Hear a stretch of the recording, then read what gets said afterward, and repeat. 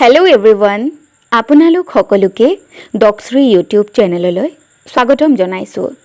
আজি আমি আপোনালোকৰ বাবে প্ৰস্তুত কৰিছো ভাৰতবৰ্ষৰ মহান আদৰ্শৱান শিক্ষক, বিদগ্ধ পণ্ডিত, দাৰ্শনিক, স্বাধীন ভাৰতৰ প্ৰথম গৰাকী উপৰাষ্ট্ৰপতি তথা দ্বিতীয় গৰাকী ৰাষ্ট্ৰপতি ডক্টৰ সৰ্বপল্লী ৰাধাকৃষ্ণনৰ চমু জীৱনী, যাৰ ইচ্ছা অনুসৰিয়ে তেখেতৰ জন্মদিনটো শিক্ষক দিৱস হিচাপে দেশজুৰি উদযাপন কৰা হয়। আশা কৰোঁ আপোনালোকে আমাৰ ভিডিঅ'টো ভাল পাব। ভিডিঅ'টি আৰম্ভ কৰাৰ আগতে আপোনালোকলৈ এটি বিনম্ৰ অনুৰোধ, যদি আমাৰ Doksiri YouTube চেনেলটো এতিয়াও ছাবস্ক্ৰাইব কৰা নাই তেতিয়াহ'লে এতিয়া ছাবস্ক্ৰাইব কৰক আৰু নটিফিকেশ্যনৰ বেল আইকনটো দবাই দিয়ক, যাতে আমাৰ নতুন নতুন ভিডিঅ'ৰ আপডেট সকলোতকৈ আগত আপুনি উপভোগ কৰিব পাৰে। আৰু ভিডিঅ'বোৰ ভাল পালে লাইক আৰু শ্বেয়াৰ কৰিবলৈ নাপাহৰিব। তেন্তে বলক আমি সৰ্বপল্লী ৰাধাকৃষ্ণনৰ বিষয়ে জানো আহক।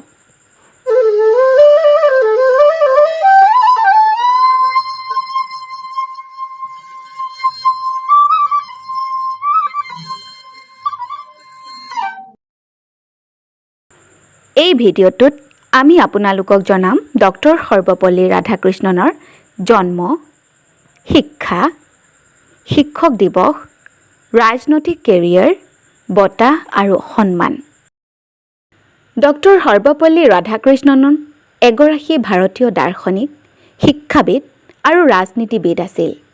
20 শতিকাৰ ভাৰতৰ চিন্তাবিদ আৰু লিখকসকলৰ ভিতৰত তেখেতে অগ্ৰণী ভূমিকা গ্ৰহণ কৰিছিল। তেওঁ এজন দাৰ্শনিকো আছিল আৰু পশ্চিমীয়া আদৰ্শবাদী দাৰ্শনিকসকলৰ চিন্তাধাৰাক ভাৰতীয় চিন্তাধাৰাত পৰিচয় কৰাই দিছিল। তেওঁ এজন বিখ্যাত শিক্ষক আছিল আৰু তেওঁৰ জন্মদিনটো ভাৰতবৰ্ষৰ শিক্ষক দিৱস হিচাপে পালন কৰা হয়। ডক্টৰ সৰ্বপল্লী ৰাধাকৃষ্ণনৰ জন্ম হৈছিল 1888 চনৰ 5 ছেপ্টেম্বৰ তাৰিখে তামিলনাডুৰ চেন্নাইৰ তিৰুতানি নামৰ সৰু গাঁও এখনত এটা ব্ৰাহ্মণ পৰিয়ালত। তেওঁৰ দেউতাকৰ নাম আছিল সৰ্বপল্লী ভীৰাস্বামী আৰু মাতৃৰ নাম আছিল সীতামা। ৰাধাকৃষ্ণনৰ দেউতাক আছিল এজন জমিদাৰৰ বিশেষ বিষয়া। 4 বছৰ বয়সত ৰাধাকৃষ্ণনক তিৰুতানি KB হাইস্কুলত প্ৰাইমেৰী শিক্ষাৰ বাবে নাম লগাই দিয়ে। ডক্টৰ ৰাধাকৃষ্ণন 8 বছৰ বয়স হোৱালৈকে তেওঁ পিতৃ মাতৃৰ তত্ত্বাৱধানত থাকি শিক্ষা গ্ৰহণ কৰিছিল আৰু তাৰ পিছত তেওঁ উচ্চ বিদ্যালয়ৰ বাবে তিৰুপতিৰ লুথেৰান মিছন স্কুললৈ গৈছিল। সেই সময়ত পৰিয়ালটিত আৰ্থিক সচ্ছলতা ইমান ভাল নাছিল, কিন্তু দৰিদ্ৰতাই তেওঁলোকৰ বিদ্যা গ্ৰহণত কেতিয়াও হেঙাৰ হৈ উঠিব পৰা নাছিল। প্ৰথম অৱস্থাত পিতৃয়ে ৰাধাকৃষ্ণনক পুৰোহিত হোৱাটোৱে গুৰুত্ব দিছিল, কিন্তু ৰাধাকৃষ্ণনৰ মেধাশক্তি দেখি পৰিয়ালৰ সকলোৱে পঢ়া শুনাকে অগ্ৰাধিকাৰ দিয়ে। ৰাধাকৃষ্ণনে শিশু অৱস্থাৰ পৰাই কিতাপৰ মাজতে সোমাই থাকি ভাল পাইছিল। ৰাধাকৃষ্ণন আছিল পৰিয়ালটিৰ দ্বিতীয়গৰাকী সন্তান। প্ৰাথমিক শিক্ষা গ্ৰহণৰ মহামূল্যৱান বছৰকেইটা অতিবাহিত কৰে তিৰুত্তানিত। পৰৱৰ্তী কালত ৰাধাকৃষ্ণন যেতিয়া দাৰ্শনিক হিচাপে বিশ্ববিখ্যাত হয়, নানা খ্যাতি আৰু সন্মান লাভ কৰে, তেতিয়া সেই গাঁওখনেও ভাৰতৰ এক প্ৰসিদ্ধ তীৰ্থক্ষেত্ৰৰূপে বিখ্যাত হৈ পৰে। তেওঁ যেতিয়া বিশ্বৰ নানা আলোচনা সভাসমূহলৈ আমন্ত্ৰিত বক্তা হিচাপে অংশগ্ৰহণ কৰি ভাষণ প্ৰদান কৰিব লগা হয়, তেওঁ প্ৰতিবাৰতে জন্মস্থান সেই তিৰুত্তানিৰ নাম স্মৰণ কৰে। তেওঁ দৃঢ়তাৰে স্বীকাৰ কৰিছিল যে সেই গাঁৱৰ বায়ু, পানী, সুন্দৰ সাংস্কৃতিক বাতাৱৰণে তেওঁৰ মনোজগত গঢ় দিছিল। তেওঁ ভেলোৰৰ বুৰহী মহাবিদ্যালয়ত যোগদান কৰিছিল আৰু পিছত মাদ্ৰাজ খ্ৰীষ্টান মহাবিদ্যালয়লৈ পৰিৱৰ্তন কৰিছিল। তেওঁ দৰ্শনক তেওঁৰ মুখ্য বিষয় হিচাপে বাছনি কৰিছিল আৰু সেই বিষয়তে তেওঁ BA আৰু MA কৰিছিল। পিছে ৰাধাকৃষ্ণনে দৰ্শনক অনাৰ্ছ হিচাপে লোৱাৰ বিশেষ কাৰণ নথকা নহয়। তেওঁ BA পাঠ্যক্ৰমত অংক, পদাৰ্থ বিজ্ঞান, ইতিহাস, জীৱবিদ্যা আৰু দৰ্শন এইকেইটা বিষয়ৰ কোনটোক তেওঁ অনাৰ্ছ বিষয় হিচাপে ল'ব তাক লৈ কিছু দুমোজাত পৰে।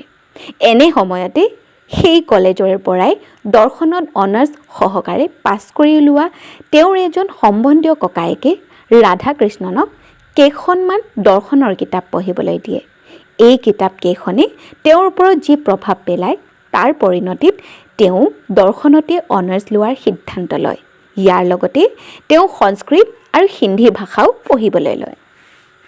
কলেজীয়া শিক্ষা শেষ কৰাৰ পূৰ্বেই তেওঁ আটাইকেইখন বেদ আৰু উপনিষদ সম্পূৰ্ণৰূপে অধ্যয়ন কৰে। মাদ্ৰাজ বিশ্ববিদ্যালয়ৰ পৰা MA ডিগ্ৰীৰ বাবে যুগুত কৰা ৰাধাকৃষ্ণনৰ thesis the ethics of the Vedanta and its material presupposition দৰ্শনৰ ওপৰত তেওঁৰ প্ৰথম গ্ৰন্থ হিচাপে 1908 চনত প্ৰকাশ পায়। সেই সময়ত ৰাধাকৃষ্ণনৰ বয়স মাত্ৰ 20 বছৰ আছিল। কিন্তু সেই বয়সতে ৰচিত তেওঁৰ এই গ্ৰন্থত ৰাধাকৃষ্ণনৰ দাৰ্শনিক চিন্তাৰ যি গভীৰতা পৰিলক্ষিত হয় তাৰ মাজতে দেখিবলৈ পোৱা যায় পৰৱৰ্তী কালৰ মহান দাৰ্শনিকজনকো। MA সম্পূৰ্ণ কৰাৰ পিছত সৰ্বপল্লী ৰাধাকৃষ্ণনে 1909 চনত মাদ্ৰাজ প্ৰেছিডেন্সি কলেজত এছিষ্টেণ্ট লেকচাৰাৰশ্বিপ গ্ৰহণ কৰে।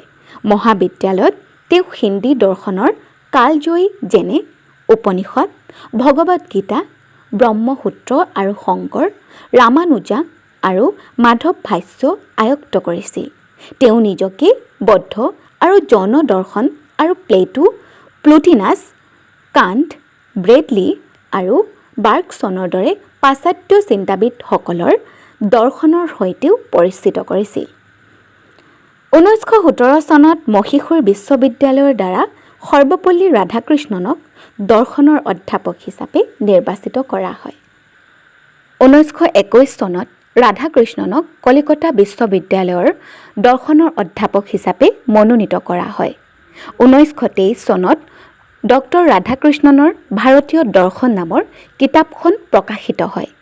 কিতাপখনক দাৰ্শনিক কালজয়ী আৰু সাহিত্যিক উৎকৃষ্ট কৃতি বুলি অভিহিত কৰা হৈছিল। সৰ্বপল্লী ৰাধাকৃষ্ণনক অক্সফৰ্ড বিশ্ববিদ্যালয়লৈ মাতি অনা হৈছিল হিন্দু দৰ্শনৰ ওপৰত বক্তৃতা দিবলৈ। তেওঁ তেওঁৰ বক্তৃতাবোৰ ভাৰতীয় স্বাধীনতাৰ কাৰণক আগুৱাই নিয়াৰ বাবে এক মঞ্চ হিচাপে ব্যৱহাৰ কৰিছিল। তেওঁ লগতে যুক্তি দিছিল যে পশ্চিমীয়া দাৰ্শনিকসকলে বস্তুনিষ্ঠতাৰ সকলো দাবী স্বত্তেও তেওঁলোকৰ বহল সংস্কৃতিৰ ধৰ্মীয় প্ৰভাৱৰ দ্বাৰা পক্ষপাতদুষ্ট আছিল। তেওঁ দেখুৱাইছিল যে ভাৰতীয় দৰ্শন যাক এসময়ত মানক কৈশিক ভাষালৈ ৰূপান্তৰিত কৰা হৈছিল পাশ্চাত্য মানদণ্ডৰ দ্বাৰা দৰ্শন বুলি কোৱা যোগ্য। তেওঁ এনেদৰে ভাৰতীয় দৰ্শনক বিশ্ব মানচিত্ৰত স্থান দিছিল। 1931 চনত ডক্টৰ সৰ্বপল্লী ৰাধাকৃষ্ণনক অন্ধ্ৰ বিশ্ববিদ্যালয়ৰ উপাচাৰ্য হিচাপে নিৰ্বাচিত কৰা হৈছিল। 1939 চনত ৰাধাকৃষ্ণন বানাৰস হিন্দু বিশ্ববিদ্যালয়ৰ উপাচাৰ্য হয়। 1946 চনত তেওঁ ইউনেস্কোৰ ৰাষ্ট্ৰদূত হিচাপে নিযুক্তি হয়। স্বাধীনতাৰ পিছত ডক্টৰ ৰাধাকৃষ্ণনক 1948 চনত বিশ্ববিদ্যালয়ৰ শিক্ষা আয়োগৰ অধ্যক্ষ হ'বলৈ অনুৰোধ কৰা হৈছিল। ৰাধাকৃষ্ণনৰ সমিতিৰ পৰামৰ্শই ভাৰতৰ প্ৰয়োজনীয়তাৰ বাবে শিক্ষা ব্যৱস্থা গঢ়ি তোলাত সহায় কৰিছিল। 1949 চনত ডক্টৰ সৰ্বপল্লী ৰাধাকৃষ্ণনক ছোভিয়েট ইউনিয়নৰ ৰাষ্ট্ৰদূত হিচাপে নিযুক্তি কৰা হয়। তেওঁ ছোভিয়েট ইউনিয়নৰ সৈতে এক শক্তিশালী সম্পৰ্কৰ ভেটি স্থাপন কৰাত সহায় কৰিছিল। ৰাধাকৃষ্ণন 1952 চনত ভাৰতৰ প্ৰথম উপ-ৰাষ্ট্ৰপতি হিচাপে নিৰ্বাচিত হৈছিল। তেওঁক 1954 চনত ভাৰত ৰত্নৰে সন্মানিত কৰা হৈছিল। উপ-ৰাষ্ট্ৰপতি হিচাপে দুটা কাৰ্যকাল পালন কৰাৰ পিছত সৰ্বপল্লী ৰাধাকৃষ্ণন 1962 চনত ভাৰতৰ ৰাষ্ট্ৰপতি নিৰ্বাচিত হৈছিল। ৰাষ্ট্ৰপতি হিচাপে তেওঁৰ কাৰ্যকালত ভাৰতে চীন আৰু পাকিস্তানৰ সৈতে যুদ্ধ কৰিছিল। ৰাষ্ট্ৰপতি হিচাপে তেওঁ সুৰক্ষিতভাৱে চেষ্টা কৰা বছৰবোৰৰ মাজেৰে ভাৰতক চাবলৈ সহায় কৰিছিল। দেশৰ ৰাজনীতিত অংশগ্ৰহণ কৰি তেওঁ সেই ক্ষেত্ৰতো ভাৰতৰ ৰাষ্ট্ৰপতি পদত অধিষ্ঠ হৈ দেশৰ সৰ্বোচ্চ সন্মানৰ অধিকাৰী হৈছিল যদিও তেওঁক বিশ্ববাসীয়ে অধিকতৰভাৱে সন্মান কৰিছিল এগৰাকী মহান দাৰ্শনিক আৰু শিক্ষক হিচাপেহে। তেওঁ 1957 চনত ৰাষ্ট্ৰপতি হিচাপে অৱসৰ গ্ৰহণ কৰিছিল আৰু মাদ্ৰাজত বসতি স্থাপন কৰিছিল। আমি 5 ছেপ্টেম্বৰৰ দিনটো কিয় শিক্ষক দিৱস হিচাপে পালন কৰোঁ আৰু কেতিয়াৰ পৰা পালন কৰি আহিছোঁ জানানে? যেতিয়া ৰাধাকৃষ্ণন ভাৰতৰ ৰাষ্ট্ৰপতি হৈছিল, তেওঁৰ কিছুমান শিক্ষাৰ্থী আৰু বন্ধুৱে তেওঁক 5 ছেপ্টেম্বৰত তেওঁৰ জন্মদিন উদযাপন কৰিবলৈ অনুমতি দিবলৈ অনুৰোধ কৰিছিল। পিছে মহান দাৰ্শনিকগৰাকী কি বুলি উত্তৰ দিলে জানানে? তেওঁ উত্তৰ দিলে যে মোৰ জন্মদিন উদযাপন কৰাৰ পৰিৱৰ্তে যদি 5 ছেপ্টেম্বৰ শিক্ষক দিৱস হিচাপে পালন কৰা হয়, তেন্তে এই মোৰ গৌৰৱান্বিত সৌভাগ্য হ'ব। তেতিয়াৰ পৰা তেওঁৰ জন্মদিনটো ভাৰতত শিক্ষক দিৱস হিচাপে পালন কৰা হয়। ৰাধাকৃষ্ণনে কৈছিল, শিক্ষকসকল দেশৰ সৰ্বশ্ৰেষ্ঠ মন হ'ব লাগে। তেওঁৰ সেই বাক্য শাৰীক সন্মান জনাই 1962 চনৰ পৰা ভাৰতবৰ্ষত ৰাধাকৃষ্ণনৰ জন্মদিন 5 ছেপ্টেম্বৰটোক বাৰ্ষিকভাৱে শিক্ষক দিৱস হিচাপে প্ৰতিষ্ঠা কৰা হয়। ৰাধাকৃষ্ণনে তেওঁৰ সফল শৈক্ষিক কেৰিয়াৰৰ পিছত জীৱনৰ শেষৰ ফালে তেওঁৰ ৰাজনৈতিক কেৰিয়াৰ আৰম্ভ কৰিছিল। তেওঁৰ ৰাজনৈতিক কৰ্মজীৱনৰ পূৰ্বতেও আন্তঃৰাষ্ট্ৰীয় কৰ্তৃত্ব আছিল।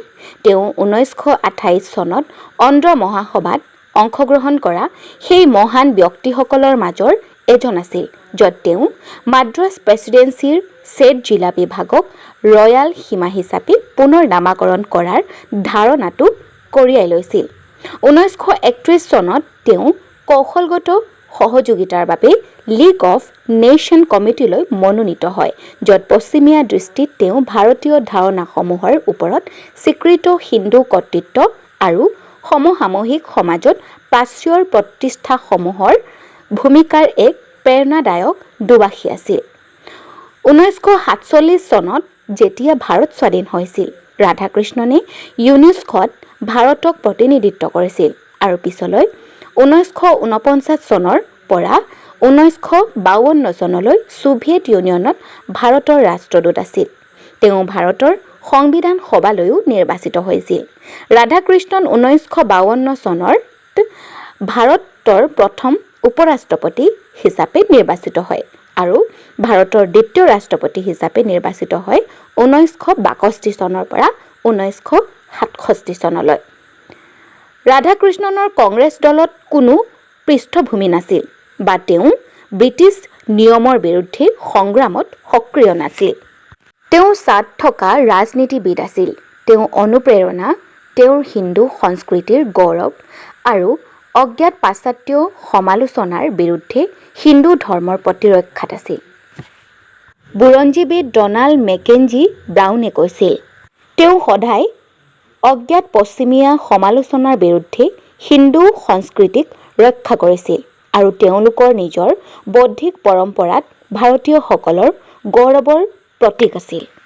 ৰাজনীতিৰ ক্ষেত্ৰত নেহৰুৰ সতীৰ্থ ৰাধাকৃষ্ণনে কেন্দ্ৰীয় মন্ত্ৰীসভাৰ এক অতি গুৰুত্বপূৰ্ণ পদত বৈদেশিক মন্ত্ৰী হিচাপে ভাৰতৰ বৈদেশিক নীতিৰ বুৰঞ্জীত ৰচনা কৰে এক নতুন অধ্যায়ৰ।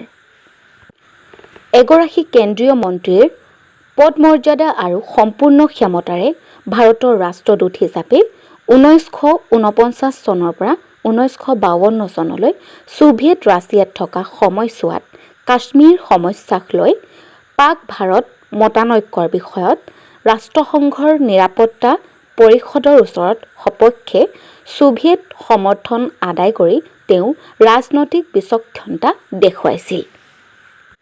1952 চনৰ পৰা 1956 চনলৈ আৰু পুনৰ 1957 চনৰ পৰা 1962 চনলৈ দুবাৰকৈ ভাৰতৰ উপৰাষ্ট্ৰপতিৰ পদৰ অধিষ্ঠিত হৈ থকাৰ পিছত 1962 চনত ৰাধাকৃষ্ণন ভাৰতৰ ৰাষ্ট্ৰপতি নিৰ্বাচিত হয়।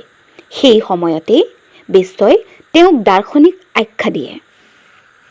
ডক্টৰ সৰ্বপল্লী ৰাধাকৃষ্ণনে বহুতো বঁটা আৰু সন্মান লাভ কৰিছিল। তেওঁ ভাৰতৰ পৰা ভাৰতৰ সৰ্বোচ্চ অসামৰিক সন্মান ভাৰত ৰত্ন 1954 চনত ডক্টৰ সৰ্বপল্লী ৰাধাকৃষ্ণনে লাভ কৰে।